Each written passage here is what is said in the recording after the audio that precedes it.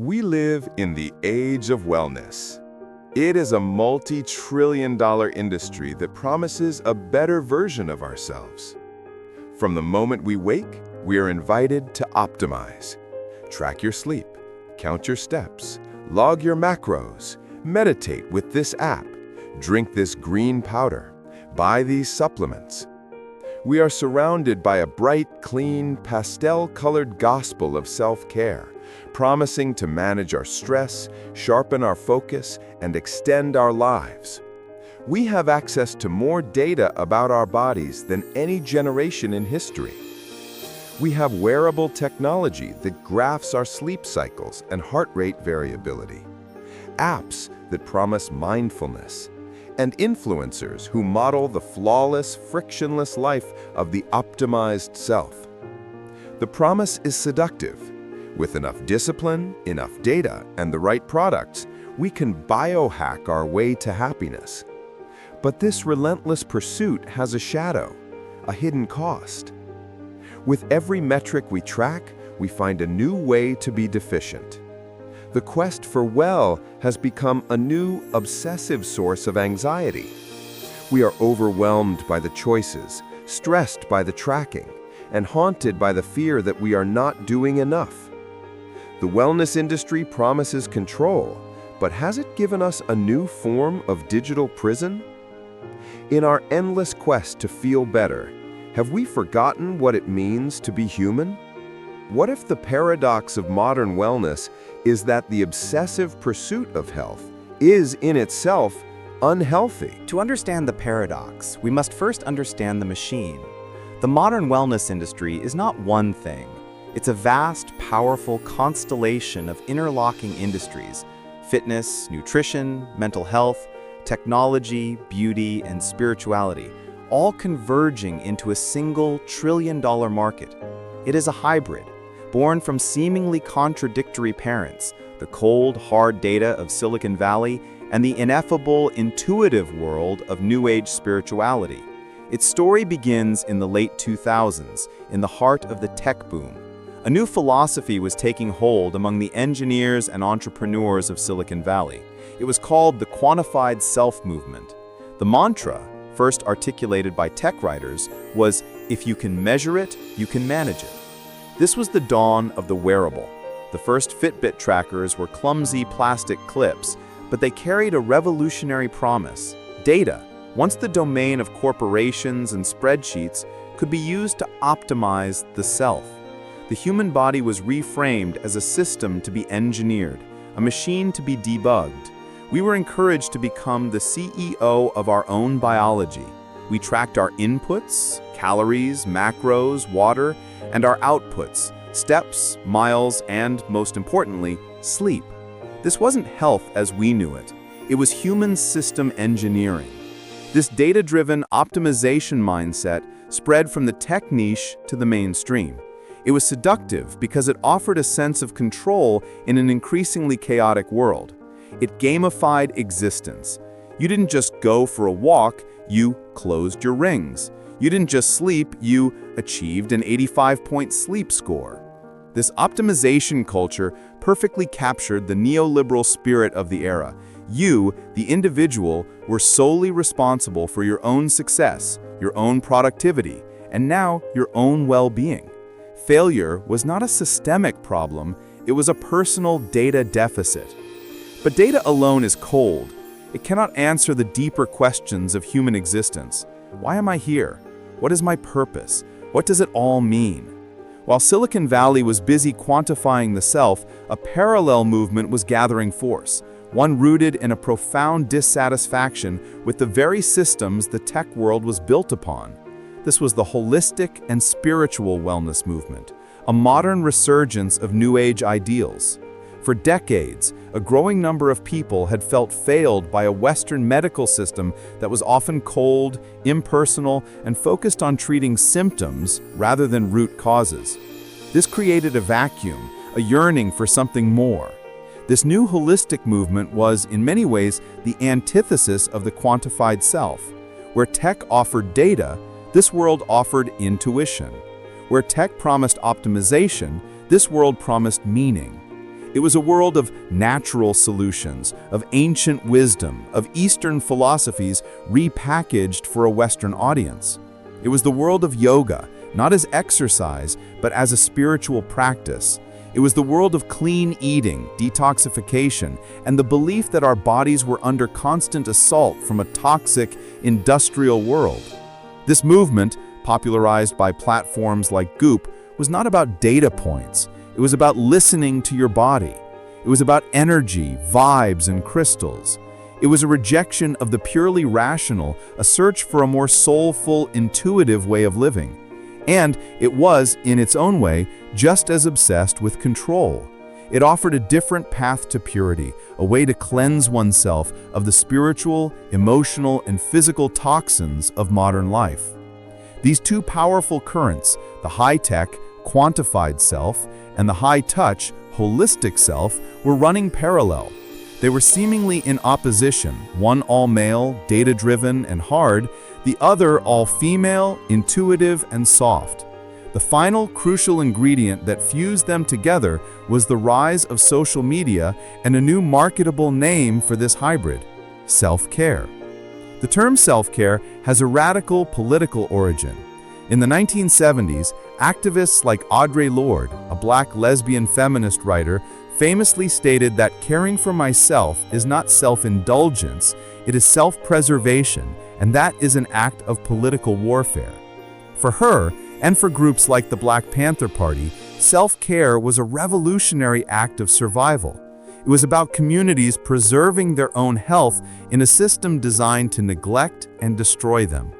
But in the 2010s, this radical concept was unearthed, diluted, and brilliantly, ruthlessly commodified. On platforms like Instagram, self-care was stripped of its political teeth and transformed into a highly aesthetic, individualistic, and commercial act. It was no longer about survival, it was about indulgence. Self-care became a $12 Jane roller. It became a bath bomb. It became a $15 green smoothie and a luxury yoga retreat. It became a pastel-colored, beautifully branded product. This new commercialized self-care was the vessel. It was the why that finally united the what. Suddenly, the two opposing forces could coexist. The mindfulness app on your phone became an act of self-care. The high-tech sleep tracker became an act of self-care. The green powder, the supplements, the crystals, and the data graphs all became essential tools in this new personal quest. The modern wellness industry is this hybrid.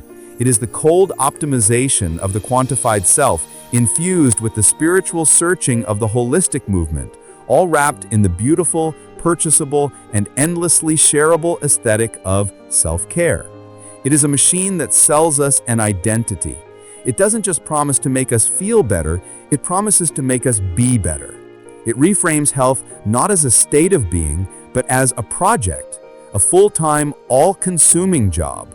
A job that, for many, is a source of profound, unspoken anxiety. This is the what of the wellness paradox, an industry that found a way to sell data as soul and consumption as salvation.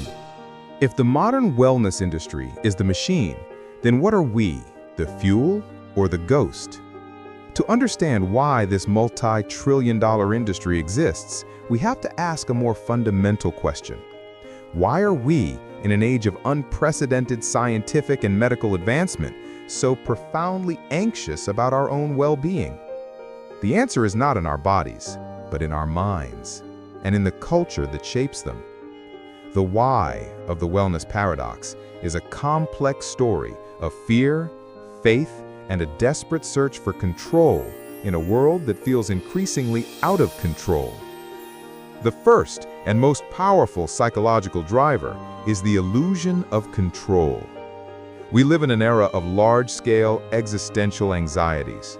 We face systemic problems that feel abstract, massive, and immune to individual action.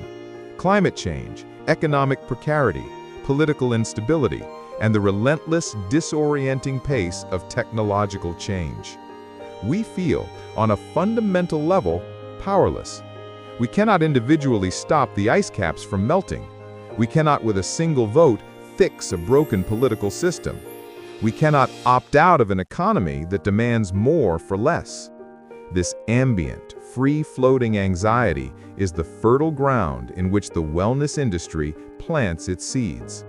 Because while you cannot control the global supply chain, you can control your caloric intake. While you cannot manage geopolitical conflict, you can manage your sleep score.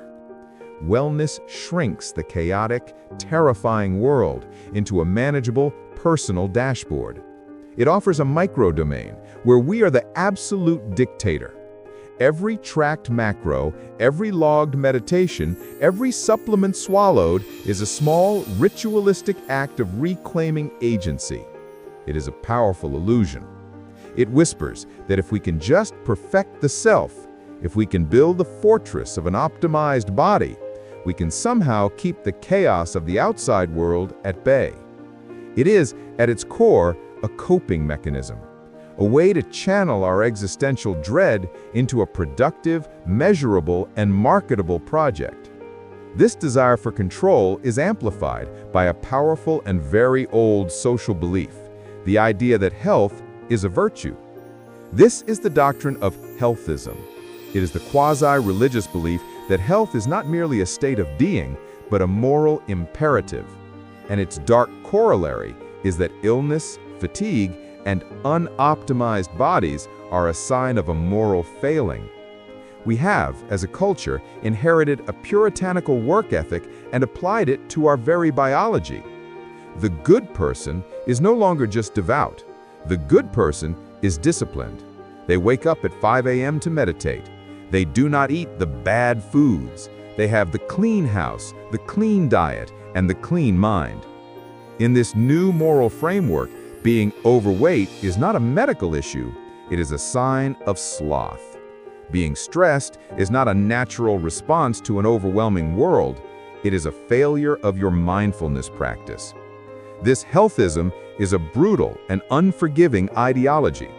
It takes a complex spectrum of human experience and reduces it to a binary of success or failure. It personalizes systemic problems. You are not burnt out because your job is exploitative. You are burnt out because you didn't manage your self-care properly. You are not struggling with a lack of affordable housing or community support. You are struggling because you have a bad mindset. This moralizing of health is a perfect engine for an industry that sells solutions to these supposed personal failings. The supplement is not just a pill. It is an act of atonement. The workout is not just movement, it is a demonstration of your virtue. But virtue alone is not enough. In a capitalist society, virtue must be productive. This brings us to the third driver, the gospel of productivity. The optimized self is ultimately the optimized worker. We have been conditioned to see ourselves not as human beings, but as human capital. We must constantly invest in ourselves, not for the sake of joy or experience, but for the sake of our own market value. In this framework, wellness is not a retreat from the demands of the market. It is an essential tool to meet those demands. You meditate not to find peace, but to increase your focus at work. You track your sleep not to feel rested, but to maximize your cognitive output the next day. You biohack your body to reduce sick days and extend your productive hours. Wellness has become the required maintenance for the 21st century worker. It is the ultimate fusion of the Protestant work ethic and the quantified self. It reframes self-care as a non-negotiable part of your job.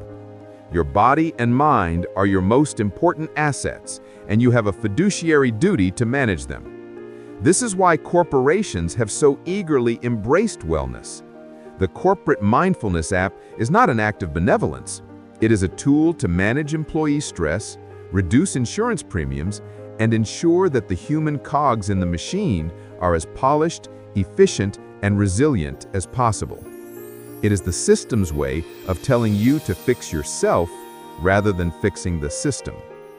These forces, the need for control, the moralizing of health, and the demands of productivity create a perfect storm of anxiety.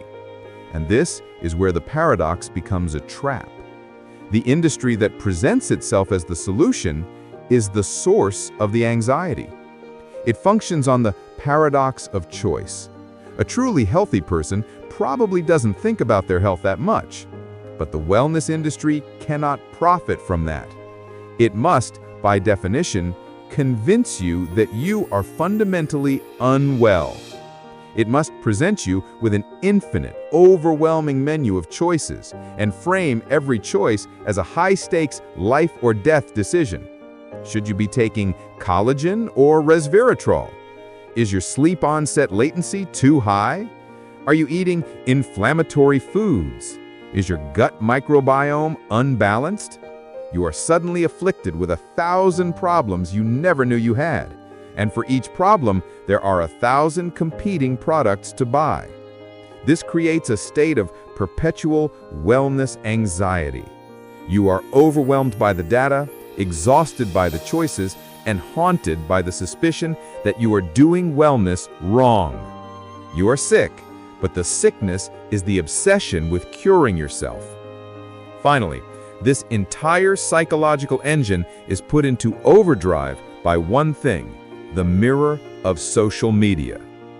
Instagram, TikTok, and YouTube are the stage on which this moral drama of wellness is performed. They are not just platforms for sharing. They are engines of comparison, competition, and conformity. This is where healthism becomes a visual aesthetic mandate. You don't just have to be well, you have to look well. You must perform your wellness for the public. Your smoothie must be the right color. Your yoga pose must be set against a beautiful backdrop. Your morning routine must be a flawless, shareable piece of content. The influencer is the high priest of this new religion, modeling an impossible, frictionless, and perfectly optimized life. This creates a devastating loop of compare and despair. We look at these curated images of perfection and see only our own deficiencies. We see our messy kitchens, our tired bodies, and our bad choices. The gap between their perfect reality and our flawed one feels vast. And to close that gap, we are driven back to the marketplace. We buy the products they promote. We try the diets they endorse. We emulate their routines, desperately hoping that this time we will finally get it right. We will finally be as healthy, as virtuous, and as productive as the people on our screens. This is the psychological genius of the wellness paradox. It identifies a real human yearning for control, for meaning, and for connection. And then it sells us a $1 million reflection of those desires, a reflection that is always just out of reach. The machine is built, the psychology is primed, and the impact is everywhere. The wellness paradox is no longer a niche coastal phenomenon. It has broken containment and become the mainstream. It is in our supermarkets, where every box must scream natural, organic, gluten-free, or plant-based. It is in our workplaces, where corporate wellness programs are a mandatory part of human resources. It is in our schools, where children are taught mindfulness to cope with the pressures of a system we refuse to change. The language of optimization, virtue, and self-care has become the default language of our culture. But what is the cost of this saturation? What happens when an entire society becomes pathologically obsessed with health? The consequences are not abstract. They are physical, they are mental, and they are financial. The paradox is not just a concept, it is a source of profound, measurable harm.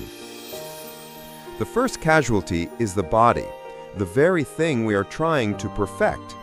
The wellness industry has, in its quest for purity, created a new and insidious form of disordered eating, orthorexia nervosa.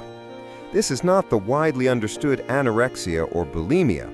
This is a pathological obsession with healthy or clean eating. It is the dark, logical endpoint of healthism. It begins innocently with a desire to eat better.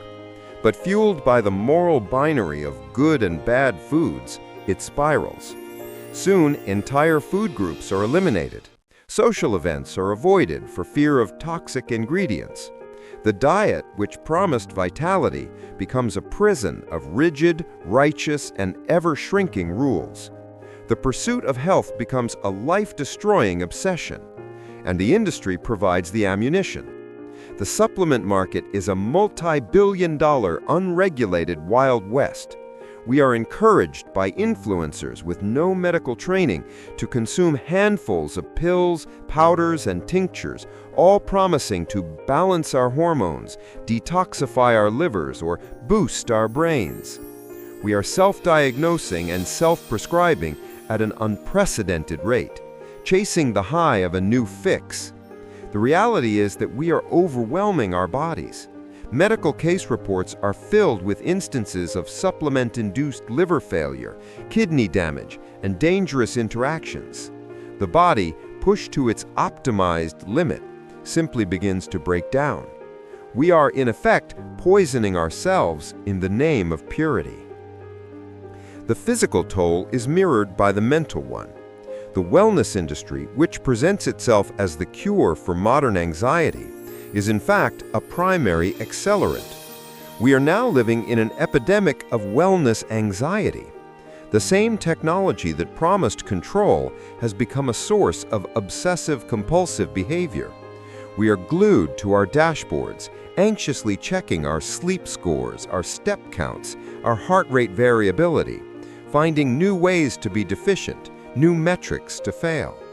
This constant self-surveillance is exhausting. It creates a state of hypervigilance, a second brain that is always on, always judging, always calculating. This is not peace. It is the opposite of mindfulness. It is a digital prison of our own design. This anxiety is then magnified 1,000 times by the social media feed. The compare and despair loop is no longer a passive activity. It is an active assault on our self-worth. Study after study now links the high-gloss aesthetic of wellness culture to rising rates of depression, anxiety, and body dysmorphia. We are not just comparing our lives, we are comparing our project. And the project is never, ever finished. The wellness industry, like any good dealer, profits by ensuring the product never quite works. It must always offer a new solution, a new upgrade, a new thing to buy to keep us hooked, on the promise of better. This brings us to the most direct impact, the cost to our wallets. Wellness is a luxury good, a new and powerful status symbol. It is overwhelmingly a privilege of the rich that is marketed as a moral necessity for all. The ability to be well in 2025 is not about discipline. It is about disposable income. It is the $30 per class yoga studio. It is the $12 organic smoothie. It is the $100 jar of ashwagandha powder. It is the $300 high-tech sleep tracker. The industry has masterfully created a class-based system of virtue. To be wealthy is to be healthy. And in this new moral landscape, to be poor is not just an economic state, it is a sign of a bad mindset, a failure of personal responsibility, a lack of self-care. This is a regressive tax on anxiety. The industry preys on our deepest insecurities, our financial precarity, our fear of aging, our social anxieties, and sells us expensive, individual solutions. It promises that if you just buy the masterclass, or subscribe to the app, or drink the green powder, you will unlock the focus and productivity you need to level up in the gig economy. It is a cruel sacrocircle. The stresses of an unequal, precarious economy are what create the demand for wellness, and the industry then extracts what little capital we have left as the solution. This, ultimately, is the greatest impact of all, the social cost. The wellness paradox is a profound and dangerous distraction. It is the ultimate individual washing of systemic problems. The industry's core message is that the problem and the solution is you. Are you burned out? You need a mindfulness app, not stronger labor laws. Are you sick? You need a better gut microbiome, not universal health care. Are you feeling a deep existential dread about the state of the world? You need a digital detox, not a collective social movement. The optimized self is, by definition, an isolated self. When we are all consumed by the full-time individual project of perfecting our own bodies and minds, we have no energy left for community. We have no time for collective action. We lose the ability to see the forest for the trees. We are busy optimizing our personal dashboards while the world around us is burning. This is the final, brilliant trick of the wellness paradox. It has taken the very real human desire for a better world and shrunk it down to the size of a yoga mat. It has convinced us that the most radical, important, and virtuous thing we can do is to focus on ourselves. And so we sit, alone in a state of optimized, anxious, and perfectly managed isolation, mistaking self-preservation for self-obsession. So, what is the legacy of this trillion-dollar, all-consuming obsession? We are a generation that has tracked every step, optimized every calorie, and biohacked every hour of sleep. We are, by all metrics, the most health-conscious society in human history. And yet, we are exhausted, anxious, and deeply unwell. The great final irony of the wellness paradox is that its true legacy is not better health. It is a culture of hyper-individualism, a new moral anxiety, and a profound disconnection from the things that actually make us human. The industry didn't just sell us supplements and yoga mats, it successfully sold us an ideology. It taught us that the self is a project, that health is a competition, and that all our systemic problems can be solved with a personal purchase. But a backlash is brewing. A post-wellness consciousness is emerging, one that is beginning to see the machine for what it is. This new movement asks a simple, radical question. What if health isn't a score you achieve, but a right you are owed? What if well-being is not found on a personal dashboard, but in our relationships, our communities, and our collective action? This is the generation that is rediscovering the original political roots of self-care. They are realizing that you cannot self-care your way out of a systemic crisis, that true health is not about optimization, but about resilience, and that resilience is not built alone. The legacy of the wellness paradox may, in the end, be the very generation that learns to unplug from the machine and plug back into each other. We stand at a crossroads. We can continue to scroll, to track, to optimize, and to purchase, endlessly polishing the cage of our own anxiety. We can continue to be the perfect, productive, and profitable subjects of the wellness machine. Or we can choose something else. We can choose to be difficult. We can choose to be unoptimized. We can choose to be simply human. The true call to action is not in this documentary. It is in the world. It is the choice to log off from the dashboard of the self and to log on to the messy, imperfect, and essential work of community, to ask for help, to offer it, to build something together that is truly well. The choice is ours. Join the discussion in the comments below.